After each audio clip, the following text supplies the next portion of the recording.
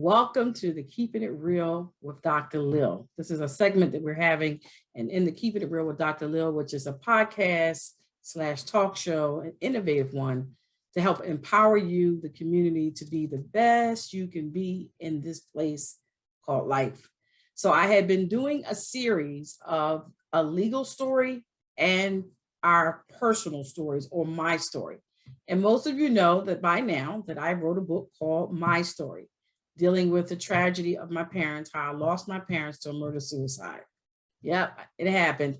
My father took my mother's life and then took his own. I was 11 years old when that took place. As a result of that, about 20 or something years after that, I wrote the book. You got to go back and look at the first video on the first chapter. I give them more details on how the book thing came about. But the book is here. Here it is. It's called My Story, Tragedy Turned into Opportunity.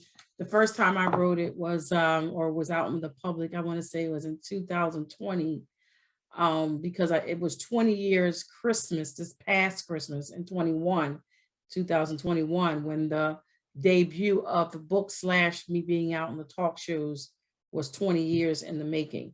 So I started out on the national platform with Jenny Jones Show. How about that?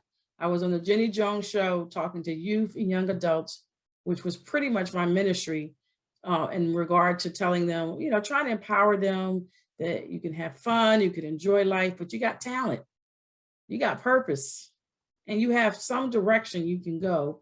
Even though you might not know right now, if you keep living and doing the best you can, you will run into it. You'll bump into it. In fact, it's going to bump into you. So as a result of all those things, I wrote the book, as you know, and the book deals with this tragedy and this journey and how God allowed us to go through this, but let us come out on the other side so that we could talk to you even today and also 20 years ago. The first chapter we did already, and that was entitled Experiencing Shock in Childhood. Because the tragedy basically was, of course, our shock in our childhood. The second chapter is dealing with our fairy tale childhood, because we had what some people considered a fairy tale childhood. And perhaps God allowed us to have that because he knew it wasn't going to last long. But my dad was in the military. He was a Marine. He had been a Marine, a merchant Marine, where they go off and sea with the Navy. So instead of him moving my mother and us around, because he had 8 children with my mother, he stationed her, so to speak, in Philadelphia. And he went and did what he had to do and work. Now, she would go see him on the ports when he would come to shore, blah, blah, blah. Nonetheless, they were very much in love. But unfortunately, my father didn't recover quite naturally or normally from his mother's death. And then when he met my mother, she was the best thing since sliced bread, and he was right.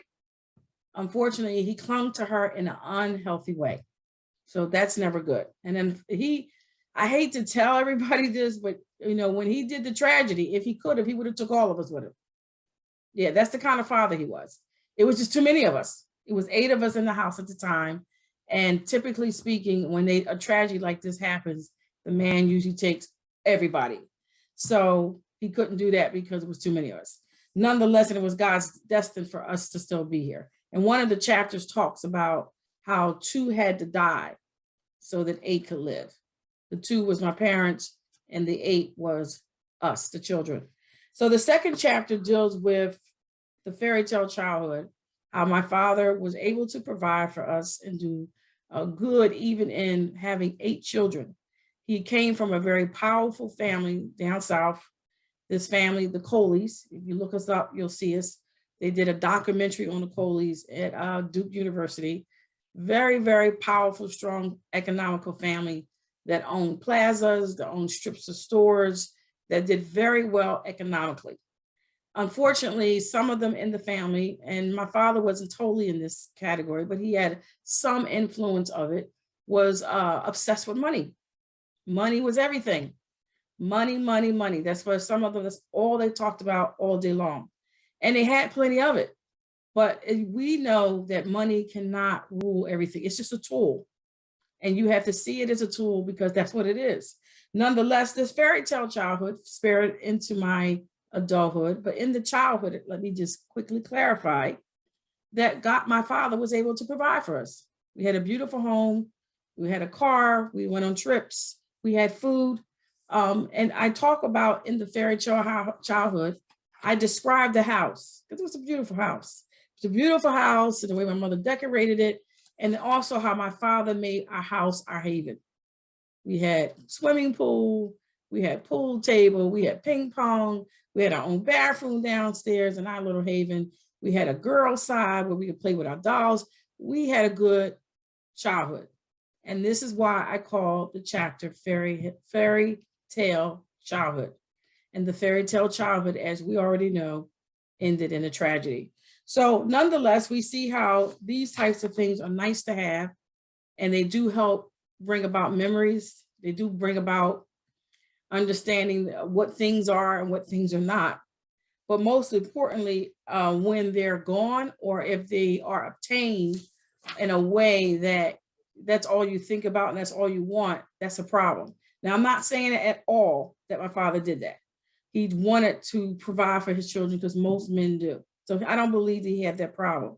I just say that part of his lineage and his lineage, there were some persons in his line, not far from it, second and third generation, who were very obsessed with money, and it could have influenced him in feeling inadequate or not being able to do everything he wanted to do for my mother. But he didn't have a problem at all. Actually, he did very well. The key was, and we'll find out later, that my mother, as I said, my dad was in the military. My mother was a homemaker, but she was also an educated woman who worked as a teacher part-time. She worked also at the school board when she could, and she was in politics. Yeah, my mother, when in the city of Philadelphia, was one of the most powerful women there were. She was going to run for state representative, which is the reason why we believe my father took her life, because he thought he was not going to be able to live up to that next level measure, whatever that might have been. And he didn't want anybody to take my mother, obviously. And, you know, overthinking and just letting the enemy take control of your thoughts. Nonetheless, she was very powerful. She was beautiful. She was, I would say charismatic, but she was very articulate in her speech. She just was a woman who loved people, and she loved letting people know that they had options and they had a life that's outside of what they could see. And although we were fortunate, my mother took us to neighborhoods that were not so fortunate. One, so we could see what it was like. And also she had us cleaning people's alleys. She had us cleaning the streets. And at some point we thought something was wrong with her. Said, why would she take us from over where we were to take us to where to these places, and we're children, to clean somebody else's street and alleys?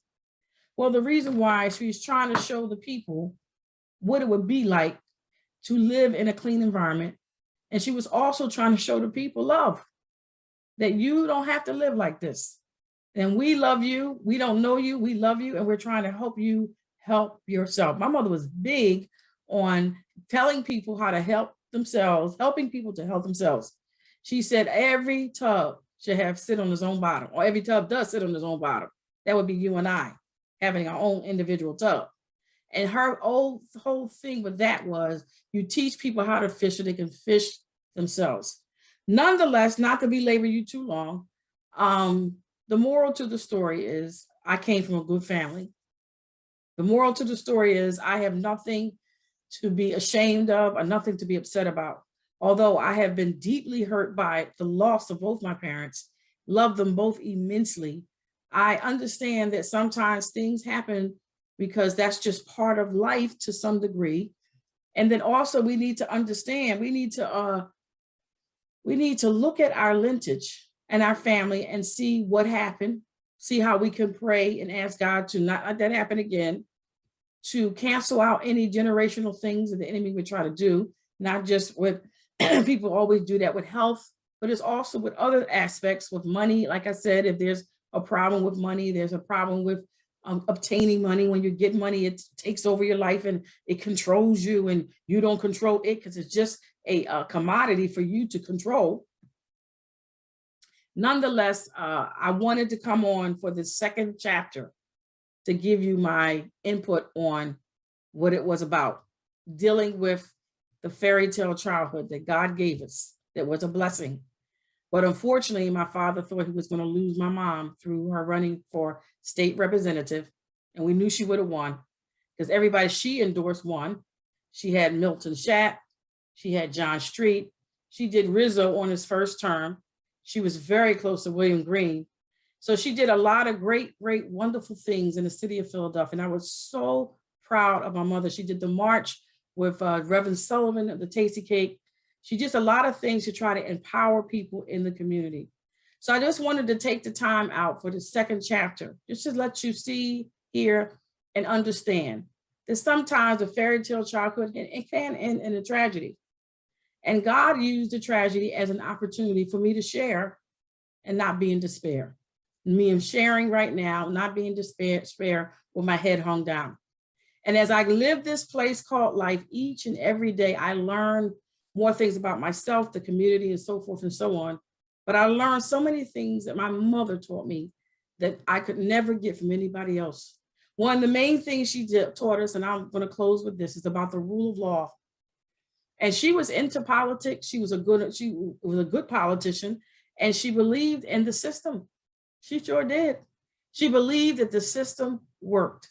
And she said, no matter what nobody else is doing, she said, you. And she pointed to us.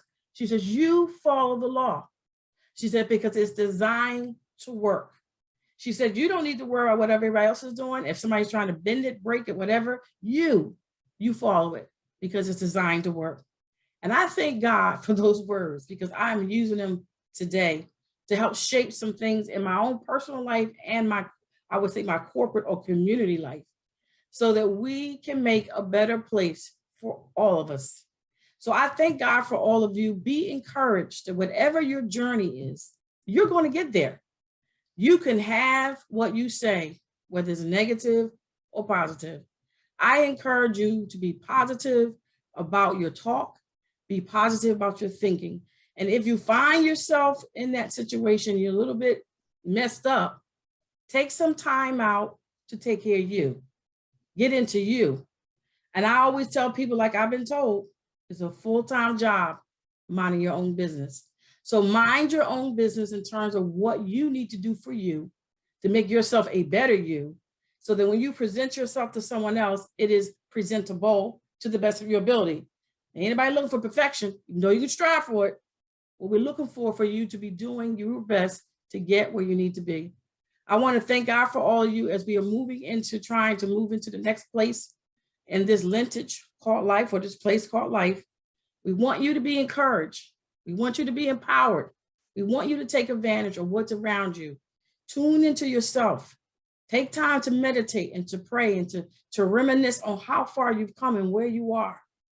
And be thankful and be blessed. Be blessed. I was going to say, be merciful. God will be merciful. That's what I want to say. God will be merciful for those who do what they need to do, what they have in front of them. So he is a merciful, wonderful God, for sure. So I just thank God for all of you. And I thank God for you tuning in even now to Keeping It Real with Dr. Lil, as I continue to come forth to talk about people's personal stories, which I call the My Story. And then I have the legal story. I've already did a segment on the legal story. I wanted to come back and give you something on my book in regard to my story. My story is my story, and nobody can tell it like I can tell it. So be encouraged, my brothers and sisters. Stay tuned for our next segment. I'm going to try to get a real schedule around.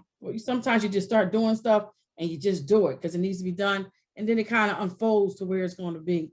So I thank God for the opportunity to come. Be encouraged, drink your water, say your prayers, try to do some exercise every day, 15, 30 minutes, something's better than nothing. Be mindful of what you put in your mouth because you know certain foods is what it is. Ask God for wisdom. Don't care what age you are, just do it because good habits is good habits. We just thank God for all of you. Be blessed as we look forward to talking to you soon. Thank you for tuning in to Keeping It Real with Dr. Lil. This is Dr. Lillian Coley saying thank you so much for watching. I'll see you next time, everybody. God